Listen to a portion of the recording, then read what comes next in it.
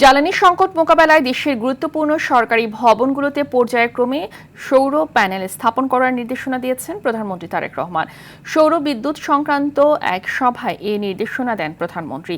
এছাড়া নিজের ফেসবুক পেজে এক ভিডিও বার্তায় পরিবেশ সংরক্ষণে সবাইকে দায়িত্বশীল হওয়ার আহ্বান জানান তারেক রহমান। রুদ্র রফিকের রিপোর্ট।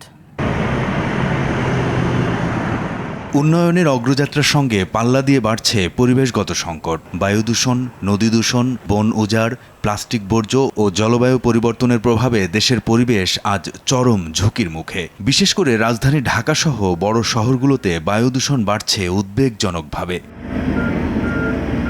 এমন বাস্তবতায় সোমবার নিজের ভেরিফাইড ফেসবুক পেজে পরিবেশ সংরক্ষণে এক বিশেষ বার্তা দেন প্রধানমন্ত্রী তারেক রহমান। তিব্বত কদুর তেল চুলকে করে শক্ত আর মজবুত, ঠান্ডা মাথায় ভালোবাসার জয়। দেশকে পরিষ্কার ও সুন্দর রাখতে সবার প্রতি আহ্বান জানান তিনি। আমরা যদি একটি নির্দিষ্ট জায়গায় এই আবর্জনাকে জমা করি এবং নির্দিষ্ট উপায়ে যদি এটাকে পরে ধ্বংস করি, তাহলে যেমন আমাদের পরিবেশটি ভালো থাকবে, ঠিক একইভাবে আমরা আমাদের পরিবেশটাকে সুন্দরভাবে রাখতে পারবো। আজকে থেকে প্রত্যেকে সচেতন হই, আমাদের হাতের আবর্জনা বা ব্যবহারকৃত আবর্জনা যদি নির্দিষ্ট জায়গায় সুন্দরভাবে আমরা গুছিয়ে ফেলি, তাহলে ধীরে ধীরে হয়তো আমরা আমাদের এই বাংলাদেশটাকে আবর্জনা মুক্ত করতে পারবো।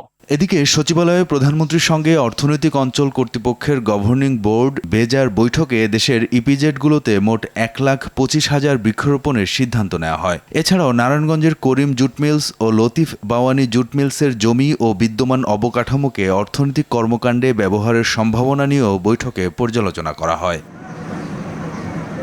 সচিবালয়ের সৌরবিদ্যুৎ সংক্রান্ত এক সভায় বঙ্গভবন, প্রধানমন্ত্রীর কার্যালয়, জাতীয় সংসদ ভবন, সচিবালয় সহ গুরুত্বপূর্ণ সরকারি ভবনে পর্যায়ক্রমে সৌর প্যানেল স্থাপনের নির্দেশনা দেন প্রধানমন্ত্রী।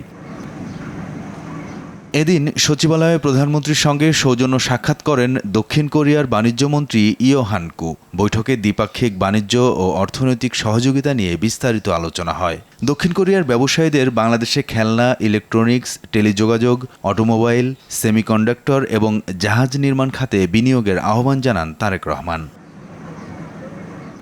রুদ্র রফিক, RTV, ঢাকা।